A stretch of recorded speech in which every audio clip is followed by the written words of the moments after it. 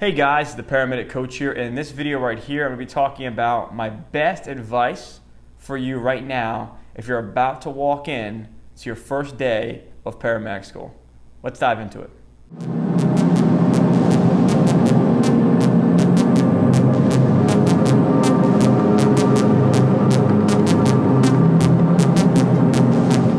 What I want to first go over is what you should do before you actually get started with paramedic school. So this is my journey. Now, when I first started off in getting prepared for paramedic school, I did not have a lot of experience, okay?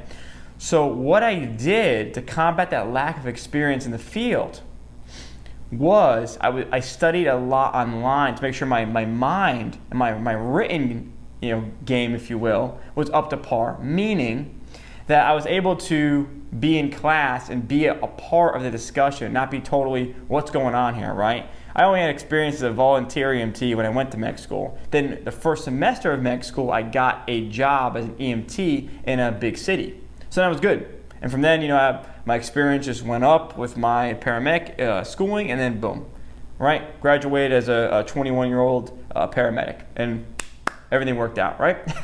So what I want to talk about here is what to do to get prepared for paramedic school. Now here's what you need to do.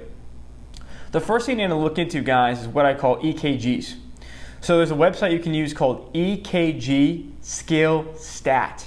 It is a EKG simulator where you can literally go in there and just play a fun game with the EKG simulator. It's like a 6-second game you can play, and you literally just go in there and you can learn all the different rhythms.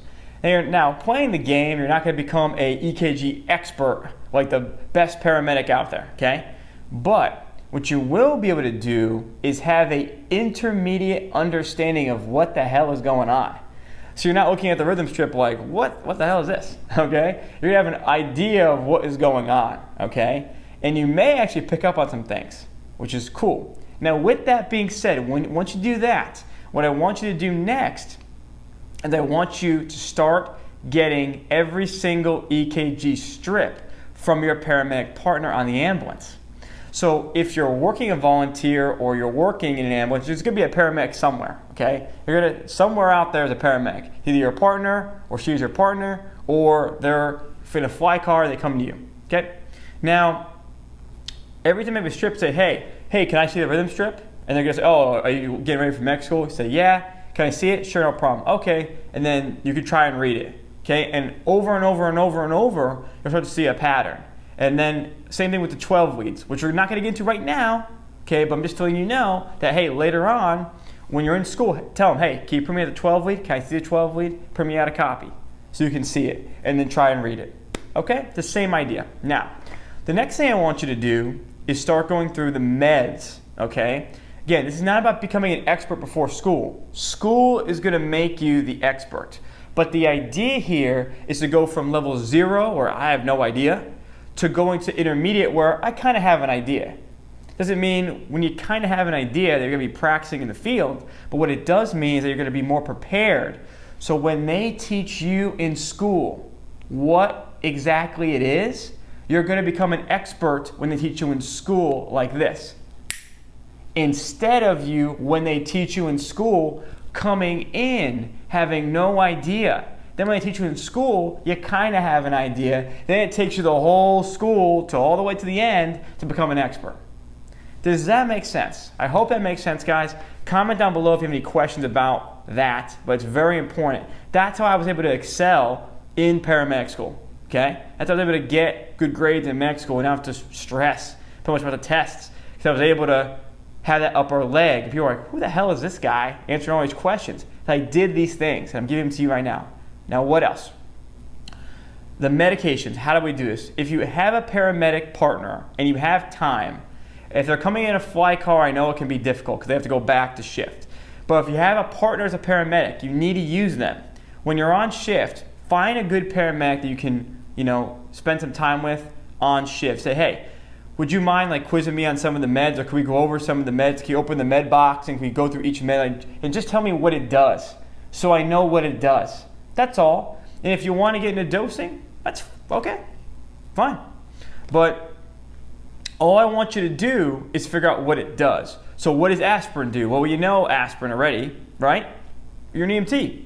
Now, what you might not know is you might not know what albuterol and ipratropium do. You might not know what atropine does. You might not know what epinephrine does. You might not know what dopamine does. You might not know what an epinephrine drip does. You might not know what magnesium does, right? So all these things, you want to know what every one of these drugs does. Like, what's their indication? Don't worry about the dose, just the indication. So you know, okay, magnesium, got it. It's got 3 different pathways we can use mag for. Got it, right? Okay, dopamine, got it. We're going to bring the blood pressure up. Okay, got it. Epinephrine drip, okay, brings your blood pressure up. Okay, got it, right? These are the things that you want to be able to spit off, right? Okay, if we're given epi-IM, okay, so they probably either have like asthma or anaphylaxis. Okay. This is what I want you to do. Don't worry about dosing and all other stuff, just that. If you go in with that, you're going to have a huge leg up. I'll give you a few more random ones. Haldol, morphine, right? Ativan, what do they do? Who gets them? How do they get it, right? That's all I want you to know right now. If you know these things, you have a huge leg up. I don't want you to be like, Haldol, oh, what's that? You know, like that's, no. We're not going to med school like that, okay? So that's that. Now, what else are we going to go over here? The next thing I want you to go over, okay, before med school, you don't have to, but if you can, is the simple process of actually just starting an IV, okay? So here's the steps you need to do to start an IV, just the steps. I went to med school, guys, without knowing this part. So I was like super green when I learned it. I was like, what is going on here, okay? But if you can just learn the steps and have your med part just show you, okay, here are the steps.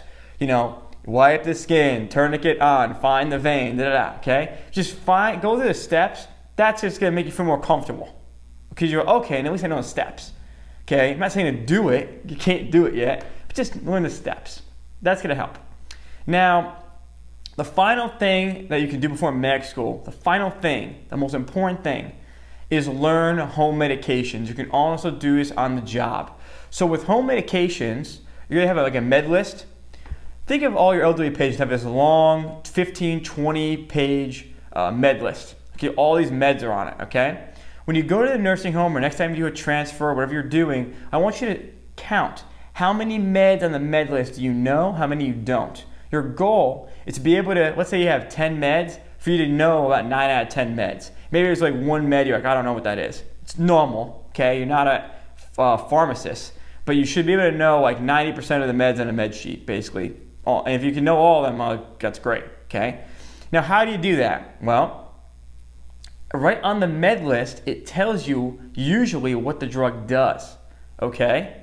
Or what you can do is so you have your med list when you're doing your run report, maybe you have it next to you. Now, obviously, a transfer care, you got to give it over, but before you do, write down, okay, it's a transfer or a BLS call, I want you to write down the meds you don't know. Then later on, you're going to look them up and keep doing that over and over.